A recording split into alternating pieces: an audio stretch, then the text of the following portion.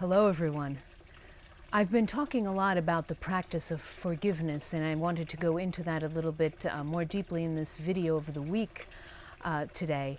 And I'm going to leave a link to the blog post I wrote on the practice of forgiveness. I'll leave a link to that if you'd like to read more about it at the end of the video. But I wanted to talk about the practice of forgiveness in more practical terms. I had a conversation with a friend of mine, and we were talking about the power of forgiveness, how it's something that is so necessary in the ascension of our energy, that forgiveness helps us free ourselves from dense energies like anger or resentment, those grudges that we hold against people. The practice of forgiveness helps us let go of these dense energies, and it helps us ascend our own energy and assists in our evolution. So from the perspective of evolution, from a perspective of unconditional love, we understand intellectually the power of forgiveness.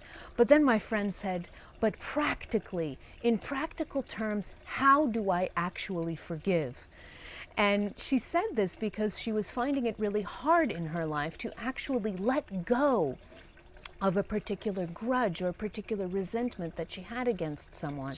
And so that's what led me to write the blog post on forgiveness, and this video also to go into more details about the practice of forgiveness to help you out.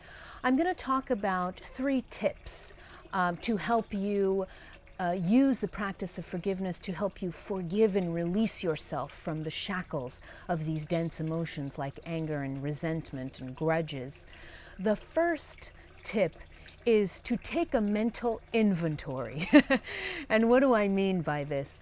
Sometimes grudges, resentment, these dense energies are sometimes stuck in our subconscious minds, and we don't really realize it. Something might have happened to us 10 years ago, and we thought we completely let it go. We thought we had completely forgiven that other person. But then it turns out that pattern, that resentment and that anger was still stuck in our subconscious mind. So taking a mental inventory is really important in bringing to the awareness, in bringing to your conscious mind that which is subconscious. So how do you actually take a mental inventory? You can just sit down quietly in meditation and ask yourself this question: how frequently do I think about that event or that person that hurt me in the past? How frequently do I think about them? The more frequent your thoughts in regard to that event, the more you can be certain that you're holding on to something, because the ego likes to make a lot of movies, repetitive movies about the same thing that it's holding on to. So the frequency of your thoughts regarding that person or that event is a good way to show you if you're holding on to something dense.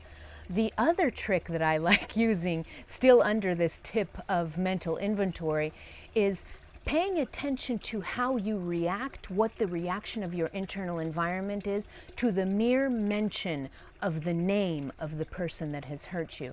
For example, let's say that Mary hurt you 10 years ago. Something happened, Mary hurt you, and you've thought that you've gotten over that event. You thought that you had forgiven Mary, but then 10 years later you meet someone at a party and you ask, oh, what's your name? And that person says, my name is Mary. And as soon as you hear that name, it triggers immediately, takes you back to the other Mary that had hurt you. So you see, bringing awareness to the discomfort in your internal environment at the mere mention of the name Mary. Why would that rattle you so much if you weren't holding on to something, right? So that's another trick that I like using, is using the mere mention of the name of the person that had hurt me. What does it cause presently in my internal environment? So there's tip number 1, a mental inventory. To see if you're holding on to something. The second thing that I like using, the second tip that I have for you, is to use your beautiful physical body as a feedback mechanism for you. And what do I mean by this? Our physical bodies are beautiful feedback systems. They're always talking to us. They're always trying to say something to us in regard to what we believe and what we're holding in our subconscious minds. So sometimes we may not be consciously aware that we're holding on to a grudge. We may think that we let it go, but then our physical body will show us something that tells us, hey, you haven't let this go. And how does the physical body communicate that to us? Retention of water, weight gain, discomfort in the area of the stomach, the gut area. And why? Because the stomach gut area is the area of the second chakra, and the second chakra is your energetic center for emotions. So if you feel discomfort down here in the gut area, if you feel like your stomach is gaining weight, if you feel like there's a retention of water, you feel swollen, then perhaps your body is trying to tell you something in regards to your subconscious beliefs that you're holding on to a subconscious event you're holding on to. So sit quietly in meditation, close your eyes, and just bring your conscious awareness to your body and start talking to it. Ask it, what are you trying to say to me? What are you trying to communicate to me?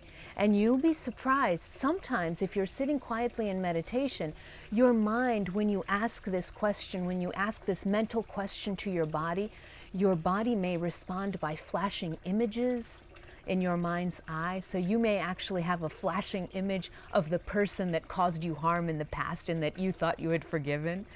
So start a communication with your physical body. Bring your awareness to your physical body, to its aches and pains, to any kind of symptom that may be a way of your physical body trying to communicate something to you in terms of subconscious beliefs or subconscious thought patterns that you may be holding on to.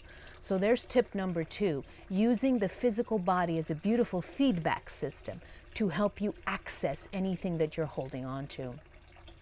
The third tip that I have is cutting karmic cords. And what do I mean by this? So when we have painful events occur in our lives, when someone hurts us, when another soul comes forth and causes something painful in our lives, there is a karmic connection that we have with that person. And this gets really complex, and this is the theme for another video altogether.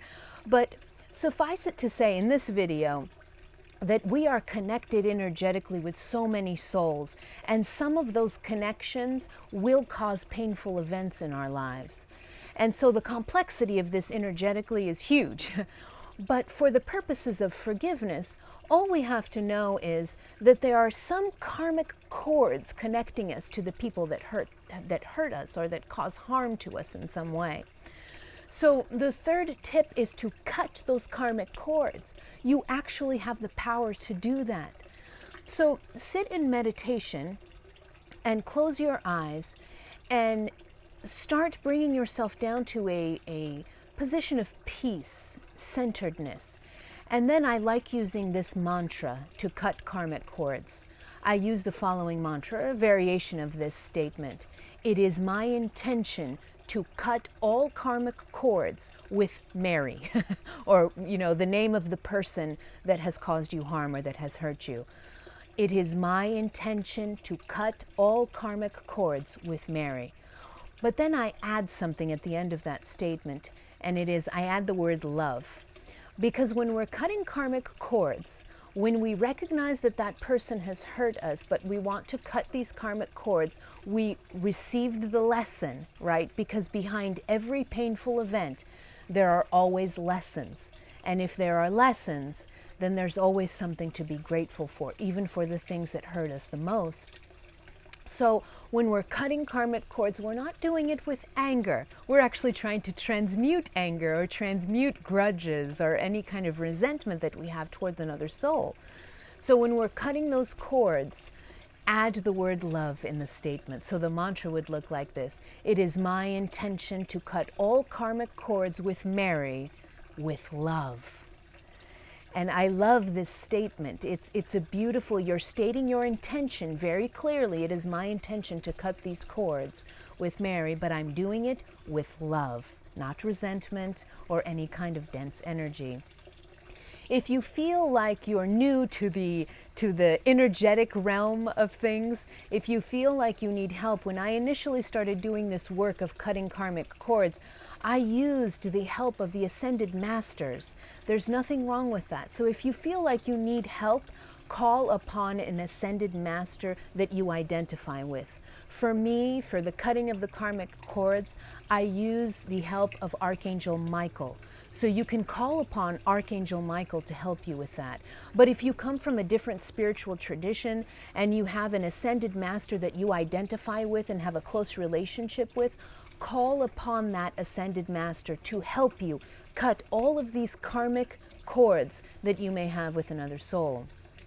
So here they are. Here are the 3 tips to help you in the practice of forgiveness, to help you forgive all of the people that have caused you harm, that have brought pain into your life. Any event or any person that you feel like you're holding on to, it is time to forgive, because the act of forgiveness ascends your energy and it brings you closer to alignment with Source, which is really a beautiful place to be and to live in. So there you have it, 3 tips for forgiving. I hope this helps. Have a wonderful week, everyone.